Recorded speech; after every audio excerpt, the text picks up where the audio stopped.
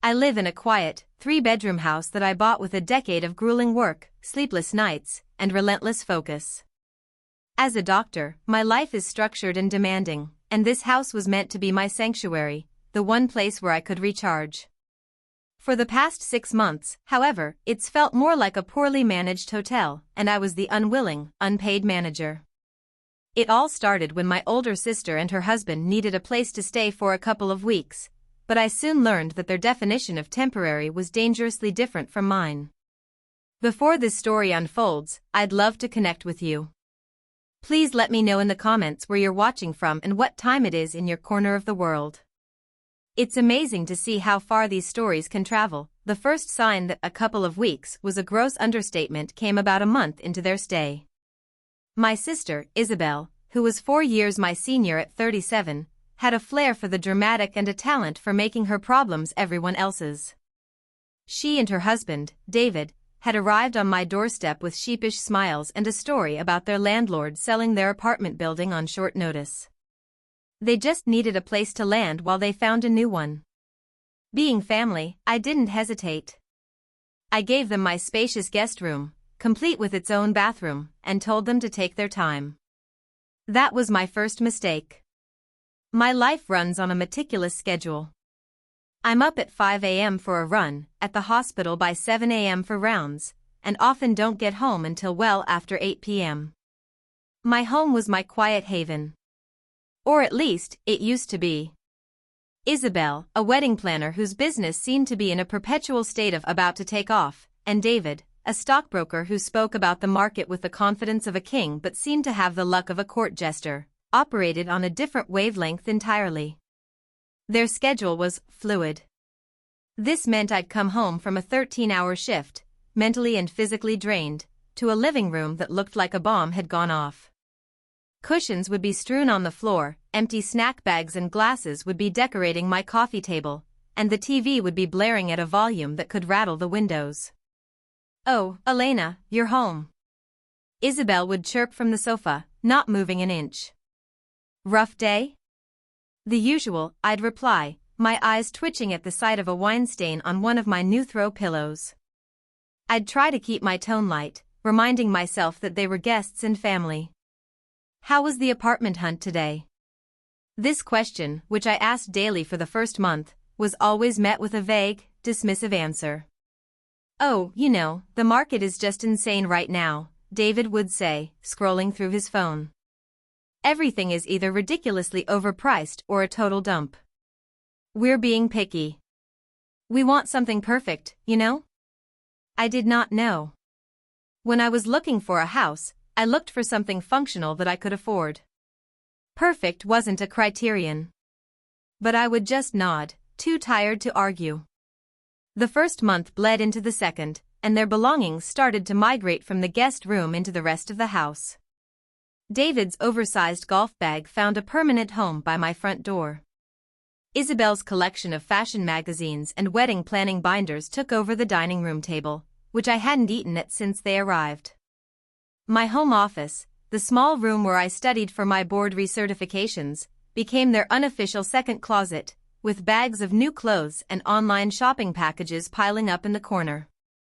The financial bleed was subtle at first. The grocery bill tripled. I'd come home to find the gourmet cheese and expensive wine I'd bought for myself gone, replaced by a half-eaten bag of chips. My utility bills skyrocketed. They took hour-long showers, left lights on in every room, and ran the air conditioning at Arctic temperatures even when it was mild outside. I tried to bring it up gently. "Hey guys, I noticed the electricity bill was a bit high this month. Could we try to be more mindful of turning lights off when we leave a room?" I asked one evening, trying to sound collaborative rather than accusatory. Isabel looked at me with wide, innocent eyes. "Oh my gosh, of course. I didn't even think about it.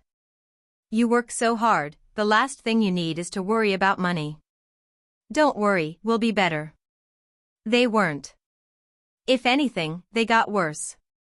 They started borrowing my car without asking, leaving the gas tank on empty. David once took it for a weekend trip to a traders conference 2 states away, only telling me when I couldn't find my keys before a critical morning shift. I had to take an expensive Uber and was almost late.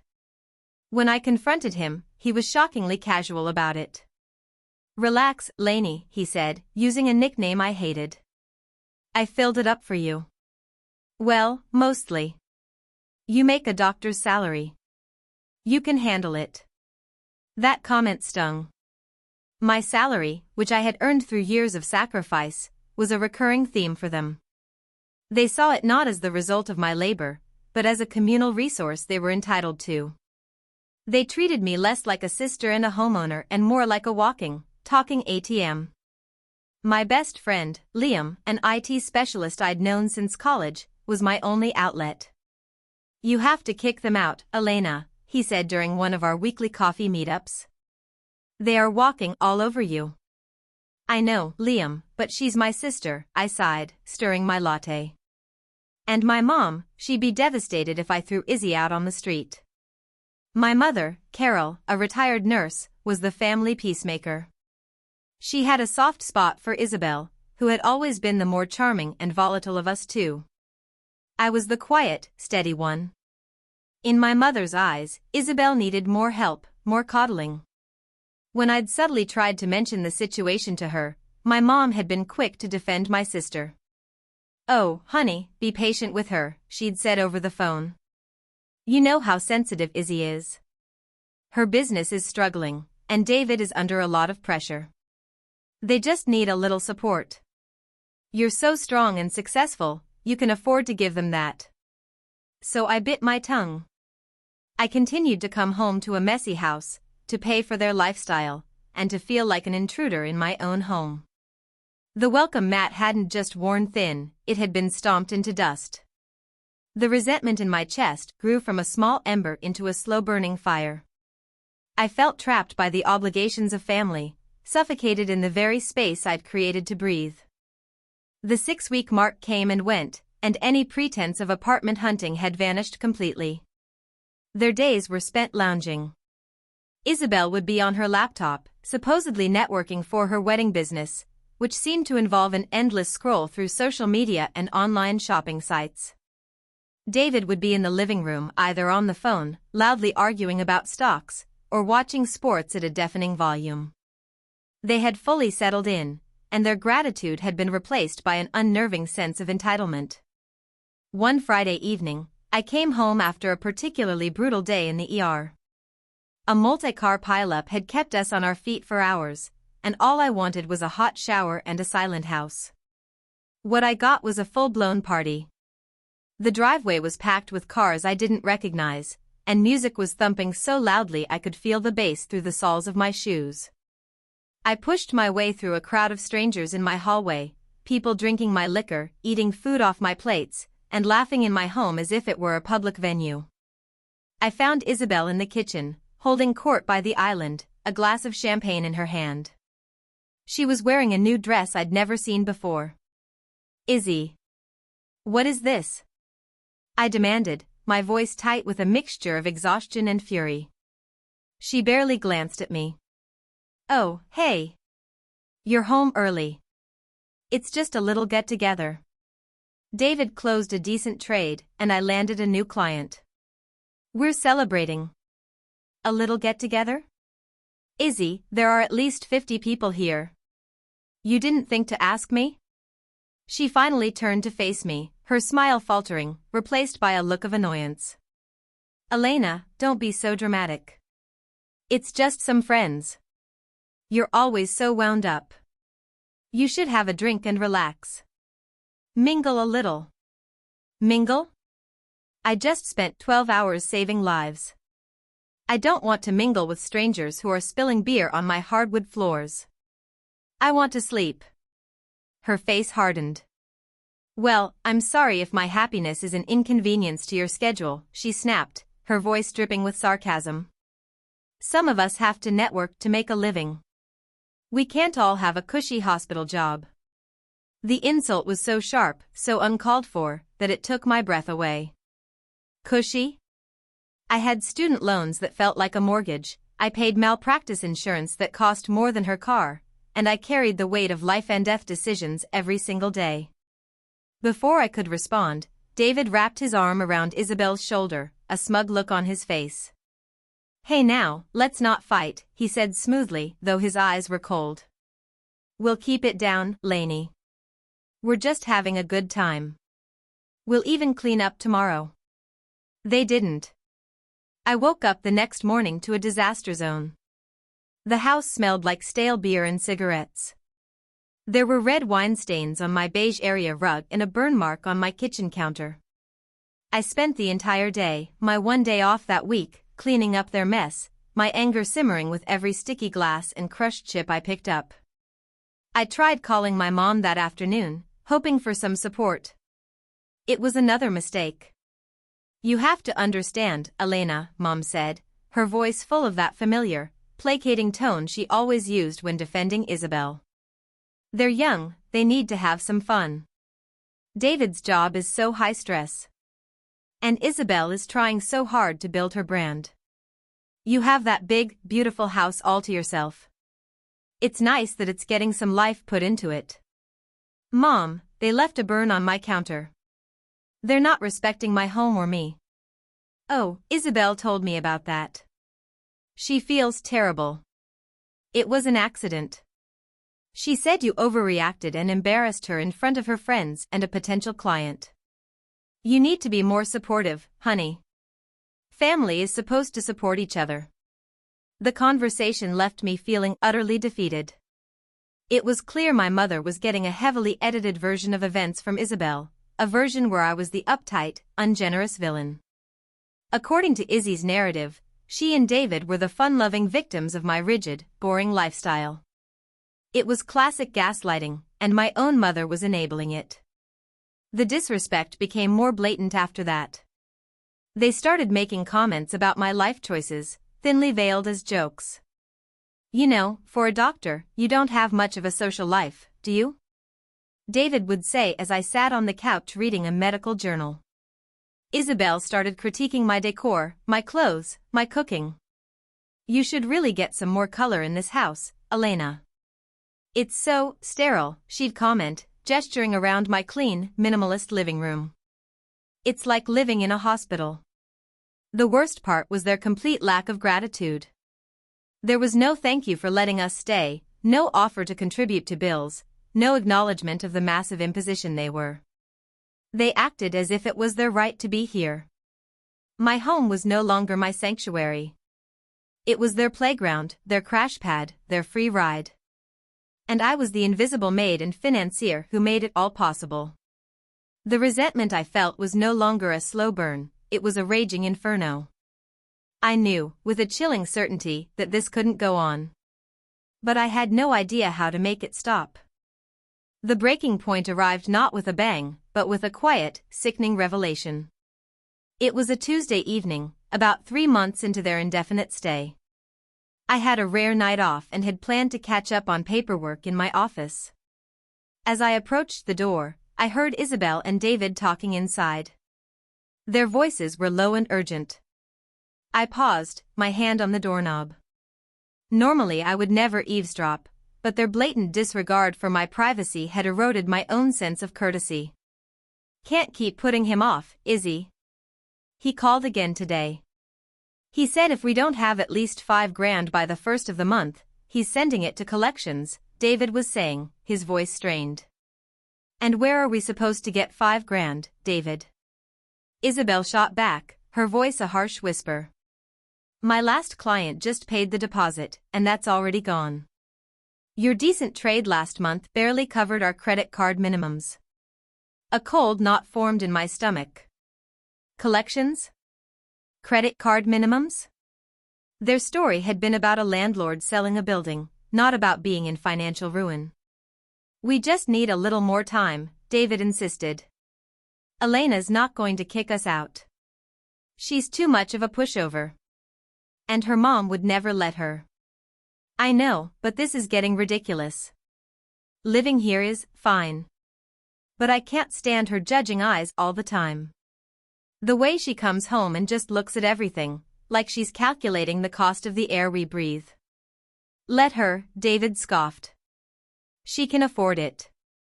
In a few more months, my portfolio is bound to bounce back. We just have to ride it out here. It's free, the fridge is always full, and we don't have to worry about an eviction notice." He chuckled, a dry, humorless sound. "The irony is, we're safer here in her house than we ever were in our own apartment." I felt the blood drain from my face. Pushover. That's what they thought of me. They weren't just staying with me out of temporary necessity, they were using my home as a long-term strategic hideout from their creditors. My generosity wasn't a lifeline they were grateful for, it was a weakness they were exploiting. I backed away from the door silently, my heart pounding in my chest. I retreated to my bedroom and sat on the edge of the bed, the muffled sound of their voices from down the hall fading into a dull hum. The pieces clicked into place with horrifying clarity. The vague answers about apartment hunting. The constant spending on new clothes and parties while living rent-free. The way they leveraged my mother's sympathy to ensure I wouldn't push back. It was all a calculated deception. I needed proof.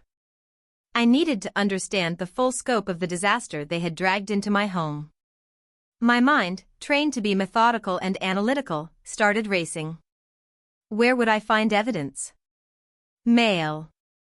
They had their mail forwarded here. I'd seen the envelopes piling up on the corner of the kitchen counter, which I usually ignored. The next morning, I was up before them, as usual. I went to the kitchen and sifted through the small stack of letters addressed to Mr. and Mrs. David Chen. My hands trembled slightly as I picked one up. It was from a major credit card company, the envelope stamped with a bright red final notice. Another was from a personal loan company, marked urgent. A third was a letter from a storage facility, stating that the contents of their unit would be auctioned off due to non-payment. My breath hitched. They didn't even have their own belongings anymore. Everything they owned was probably locked away in a storage unit they couldn't afford. The designer clothes Isabel flaunted, David's expensive watch, it was all a facade, propped up by maxed-out credit cards and my money. But the final blow, the one that truly shattered any remaining familial sentiment, was a letter from a luxury car dealership. It was a repossession notice for David's car.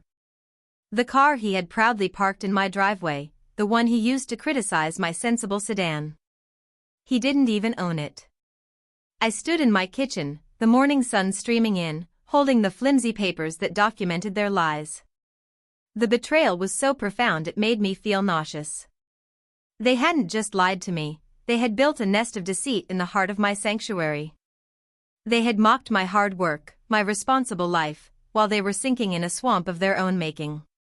And they had the audacity to call me a pushover. A cold, hard resolve settled over me. The anger was still there, but it was different now.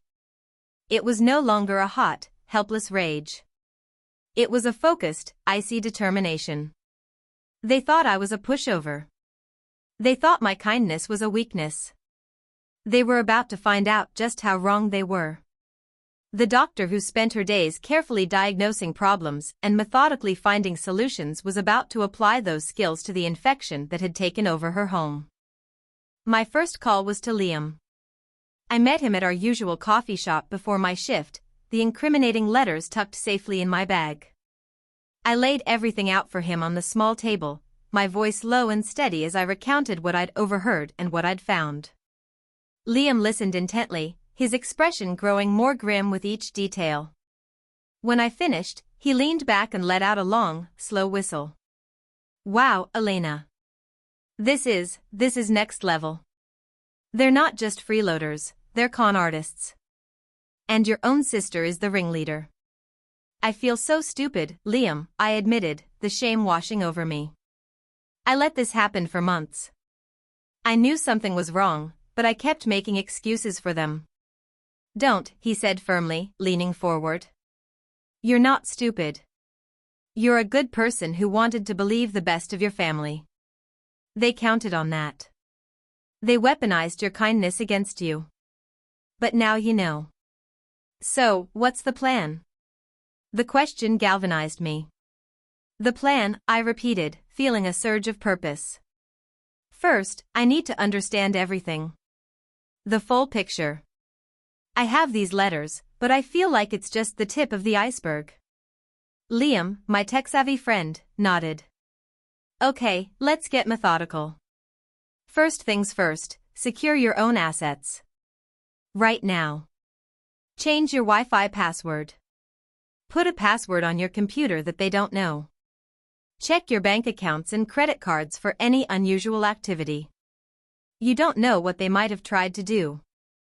I spent my lunch break in my car, doing exactly that. I changed every password I could think of and set up alerts on all my accounts. Thankfully, there were no unauthorized charges, but the exercise made me feel like I was reclaiming a small piece of my stolen security. That evening, I began my quiet investigation. With Isabel and David out for the evening, attending a charity gala, they'd announced, dressed in clothes I now suspected were bought on credit, I had the house to myself. I started in the guest room. It was as messy as ever, but I wasn't looking for clutter. I was looking for information. Tucked away in a drawer under a pile of Isabel's scarves, I found a folder. Inside was a stack of financial documents. Overdue bills, letters from collection agencies detailing debts I couldn't even fathom, and, most damningly, a series of loan applications, all of which had been denied. Their total debt was well into six figures. David's high-flying stockbroker career was a sham. A statement from his brokerage firm showed his portfolio was almost completely wiped out. Isabel's wedding planning business had a list of clients, but also a list of angry vendors who hadn't been paid for past events. The paper trail of their lies was a labyrinth of irresponsibility and delusion. They weren't just in a tight spot, they were in a full-blown, unrecoverable financial collapse. And their solution was to use me as a human shield against the consequences. Liam helped me with the next step. Public records are your friend, he explained over the phone. You can look up court filings, bankruptcies, that kind of thing. He walked me through searching the local court databases. The results were staggering. There was a string of small claims court judgments against David from disgruntled investors. Worse, there was a pending lawsuit against Isabel from a couple who claimed she had taken their deposit for a wedding and then disappeared, failing to book any of their vendors.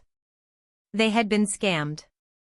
My sister wasn't just a bad businesswoman, she was actively defrauding people. The discovery made me physically ill. This wasn't just about them taking advantage of me anymore. They were hurting other people. Innocent people who had trusted my sister with the most important day of their lives. My final piece of investigation was the hardest. I had to know what my mother really knew. I drove to her house the next day, determined to have a frank conversation without Isabel's influence. Mom, we need to talk about Izzy and David, I began, sitting her down at her kitchen table. The situation at my house is not what you think it is.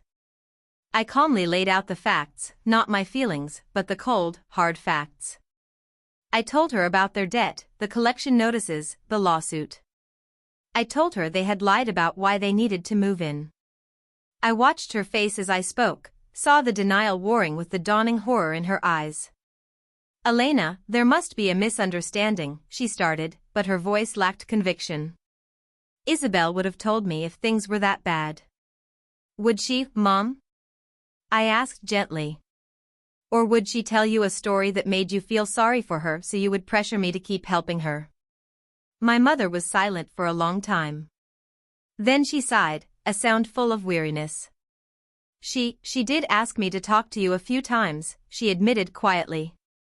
She said you were being cold and unwelcoming, and that she was worried you were going to ask them to leave before they were ready. She said they just needed a few more months to get back on their feet. They don't need a few months, Mom. They need a complete reality check. And they are not going to get it while living in my house, spending my money, and hiding from their responsibilities. By the time I left my mother's house, she was in tears, but I think she was finally starting to understand. She saw that her attempts to keep the peace had only enabled Isabel's destructive behavior. I left her with copies of some of the documents, proof that I wasn't being cruel or dramatic. Driving home, I felt a profound sense of clarity. The investigation was complete. I had the truth, documented and undeniable. The image of the helpless sister and her stressed-out husband had been completely obliterated, replaced by the reality of two manipulative adults who were willing to deceive everyone, including their own family, to avoid facing the consequences of their actions. There was no more room for doubt or guilt. Now, it was time to draw the line in the sand. Armed with a folder full of evidence and a resolve made of steel, my next stop was a lawyer's office. I knew I couldn't handle this based on emotion or family ties anymore. I needed to understand my legal rights as a homeowner. I found a highly rated attorney specializing in property law and landlord-tenant disputes. Mr. Davison was a sharp, no-nonsense man in his late 50s. He listened patiently as I laid out the entire story, from the couple of weeks promised to the discovery of their massive debts and fraudulent behavior. I showed him the collection notices, the court filings, and the repossession letter. He reviewed the documents, his expression unreadable. When I was done, he looked at me over the top of his glasses. "Dr. Vance," he said, his tone serious, "you have been incredibly accommodating. Far more than most would be. But you are correct to seek legal counsel, because your sister and her husband are not guests. They are tenants." "Tenants?" I asked, surprised. "But they don't pay rent. There's no lease." "That doesn't matter in this state," he explained. "Once someone has lived in your property for more than 30 days and has established residency, which they've clearly done by having their mail sent there, they have tenants' rights. You can't just change the locks or put their things on the curb. You have to go through a formal eviction process." The news was a gut punch. The thought of having to formally evict my own sister felt surreal and ugly. But Mr. Davison's next words hardened my resolve. "It's a process, but it's straightforward. And it is your only legal recourse to get them out of your house without exposing yourself to a potential lawsuit from them." He paused, letting that sink in. "Based on what you've told me, they have no legal ground to stand on. They are tenants at will with no lease agreement. You are required to give them a 30-day written notice to vacate the premises. If they do not leave by the end of that period, we can file an unlawful detainer lawsuit with the court to have them legally removed by law enforcement." He made it sound so clinical, so detached. It was exactly what I needed. This wasn't about family drama anymore, it was about protecting my property and my sanity. "What do I do now?" I asked. "I will draft the official notice to vacate for you," he said. "It will be legally sound and clearly state the deadline by which they must leave. You will need to serve it to them. I recommend doing it with a witness present, if possible. And I strongly advise you to document everything from this point forward. Every conversation, every interaction. Keep a journal. If they become hostile, do not engage. Simply refer them to me." I left his office with a clear, actionable plan. The fear and helplessness I had been feeling were replaced by a sense of control. For months, I had been reacting to their chaos. Now, I was setting the terms. That night, I began to prepare. I installed a small, discreet security camera in my living room, pointing towards the front door, something Liam had strongly recommended. It felt like an invasion of my own privacy, but Mr. Davison had agreed it was a wise precaution to have a record of the eviction notice being served and any subsequent interactions. I also sat down and wrote 2 letters. One was the cold, legal notice Mr. Davison was drafting. The other was for my mother. I explained to her what I was about to do, not for her permission, but so she wouldn't be blindsided by Isabel's inevitable hysterical phone call. I told her that I loved her, but that my home was no longer a refuge for Isabel and David's destructive choices. I told her that enabling them was not helping them, and I would no longer be a part of it. I ended the letter by saying I hoped she would understand and that I would need her support, but that my decision was final. The final piece of preparation was mental. I spent the next 2 days steeling myself for the confrontation. I rehearsed what I would say, keeping it simple, direct, and non-negotiable. I visualized every possible reaction from them: tears, rage, pleading, gaslighting. I role-played the conversation with Liam, who was a surprisingly good actor. He had agreed to be my witness when I served the notice. "You've got this, Elena," he said, giving my shoulder a squeeze after our final practice run. "You are not the villain here. You're just taking back your life." By the time the official notice arrived from Mr. Davison's office, I was ready. I felt a strange calm. The line in the sand had been drawn, not in shifting sand, but in solid concrete. They had crossed it months ago. Now, I was simply showing them where it was. I chose a Saturday morning to deliver the news. I wanted it to be on my terms, on my day off, when I wasn't exhausted from work. Liam came over early, a silent, supportive presence sitting in my kitchen as I waited for Isabel and David to wake up. They finally emerged around 11 a.m., looking rumpled and entitled as they headed straight for my coffee machine. "Morning," David grunted, not making eye contact. "Isabel, David, can you please sit down for a moment?" "There's something we need to discuss," I said, my voice calmer than I felt. They exchanged a look of annoyance, clearly irritated that their lazy morning was being interrupted. They sat down reluctantly at the dining room table, the one that was still covered in Isabel's wedding magazines.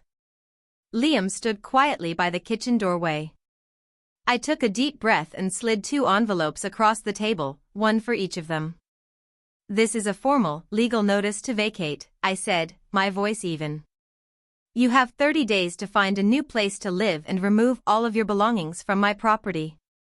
Your deadline to leave is the 29th of next month." For a moment, there was stunned silence. They both stared at the envelopes as if they were venomous snakes. Then, Isabel let out a short, sharp laugh of disbelief. "What is this? A joke?" she asked, looking from me to Liam. "What is he doing here?" "Liam is here as a witness," I stated calmly. "And no, Isabel, it is not a joke. This is a legal document. You are being formally evicted." The word evicted hung in the air, electric and ugly. David's face turned a blotchy red. "You can't evict us. We're your family." "My family wouldn't have lied to me for months," I retorted, my voice gaining strength. "My family wouldn't have used me, disrespected my home, and run from their responsibilities while hiding under my roof. I know everything." I pulled out the folder of evidence and laid it on the table. "I know about the debt. I know about the lawsuit from the couple you scammed, Izzy.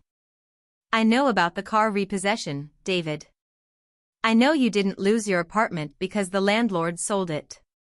You were evicted for not paying rent." The lies stop now. Isabel's face went pale. All the condescending bravado drained out of her, replaced by a cornered animal's panic. "You went through our things," she hissed. "You left a trail of deceit a mile wide," I shot back. It wasn't hard to follow. "This is over. You have 30 days. If you are not out by the deadline, I will have you removed by the sheriff's department. Any questions you have can be directed to my lawyer. His card is in the envelope." The explosion I had prepared for came right on cue. Isabel burst into tears, loud, theatrical sobs. "How could you do this to me? To your own sister? I have nowhere to go. You're throwing me out on the street." David stood up, slamming his hand on the table. "You'll regret this, Elena. You think you're so high and mighty in your perfect little house, looking down on everyone else. You've always been jealous of Izzy." I didn't flinch. I just looked at him, my expression unmoving. "Jealous? No, David. I'm just done. This conversation is over." I stood up and walked away, heading toward my bedroom and closing the door, leaving Liam to see them out of the house should they decide to leave immediately, which I doubted. The screaming and crying continued for another hour. I could hear Isabel on the phone, undoubtedly calling our mother. The predictable call from my mom came minutes later.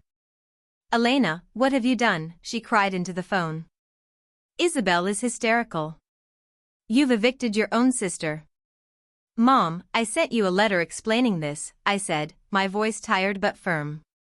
This was not a surprise. "My decision is final. Please, do not call me to try and change my mind."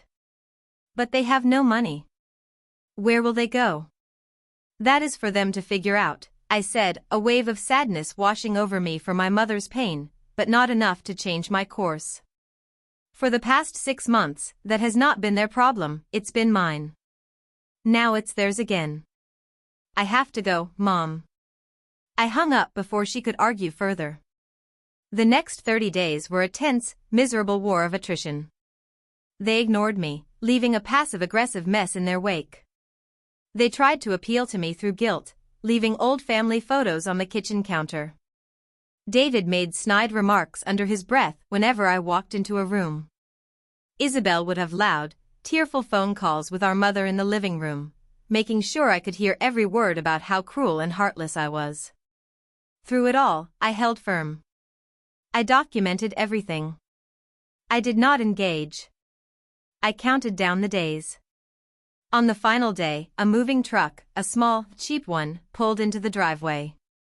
With sullen, angry faces, they loaded their few remaining possessions. As Isabel walked out the door for the last time, she stopped and turned to me. Her face was a mask of cold fury. "I will never forgive you for this, Elena," she said. I looked her straight in the eye. "I know," I replied. "But I'm finally forgiving myself for letting it go on this long." She stared at me for a second longer, then turned and left, slamming the door behind her. I stood in the sudden, deafening silence, the final ultimatum delivered, the battle won. The silence that followed their departure was absolute. For the first few hours, it felt unnatural, like the eerie calm after a violent storm. I walked through the empty rooms, my footsteps echoing on the hardwood floors. The guest room was bare, stripped of their presence, though it still held the faint, cloying scent of Isabel's perfume. The dining room table was clear for the first time in half a year. David's golf bag was gone from the entryway. It was just quiet. I spent the entire weekend cleaning. It wasn't just a physical act, it was a ritual. I scrubbed away the wine stains, polished the burn mark on the counter, and washed every sheet and towel in the house. I opened all the windows, letting the fresh autumn air chase away the stale energy of their resentment and entitlement. With every surface I cleaned, I felt like I was reclaiming a piece of myself, scrubbing away the residue of their disrespect. I wasn't just cleaning my house, I was purifying my sanctuary. The first week was the hardest. The silence was sometimes lonely. I found myself tensing up when I heard a car door slam outside, my body still conditioned to expect their chaotic arrival. My relationship with my mother was strained to a breaking point. She called me a few times, her voice heavy with disappointment, telling me that Isabel and David were staying on a friend's couch and were miserable. "They are facing the consequences of their actions, Mom," I said, trying to keep the frustration out of my voice. "That's not misery, that's reality. Family is supposed to help each other, not kick them when they're down," she argued. "Helping them would be encouraging them to get financial counseling and face that lawsuit," I countered. "Giving them a free place to hide was enabling them. I won't do it anymore." Our conversations were circular and painful, and eventually, we settled into a tense, quiet distance.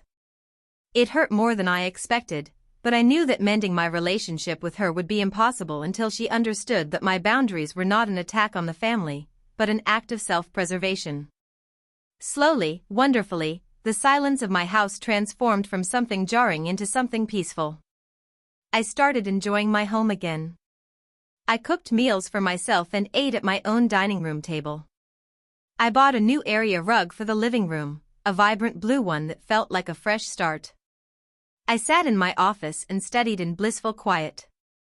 I came home from long shifts at the hospital and felt my stress melt away the moment I walked through the door.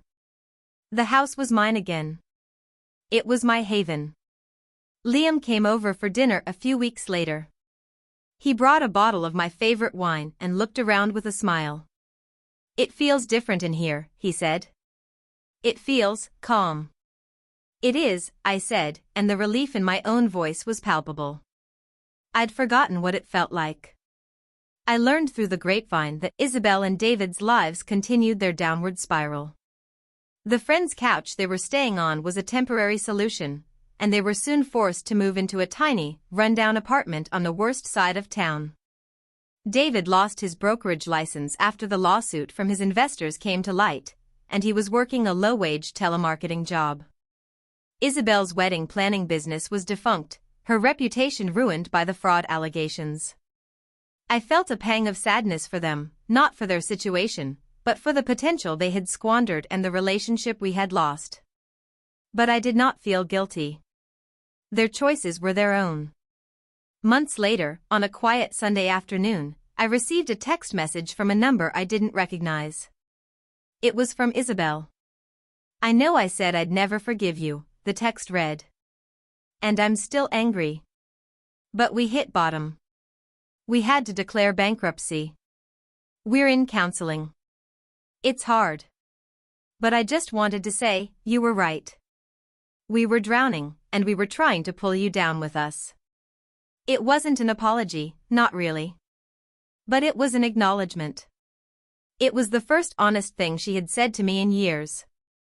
I typed back a simple response: "I hope you find your way, Izzy. I don't know if our relationship will ever be what it once was. Some things, once broken, can't be perfectly repaired." But as I sat there in the quiet comfort of my own home, a home I had fought to reclaim, I knew I had made the right decision. I had chosen myself. I had chosen peace. And in the profound, healing silence, I finally felt free.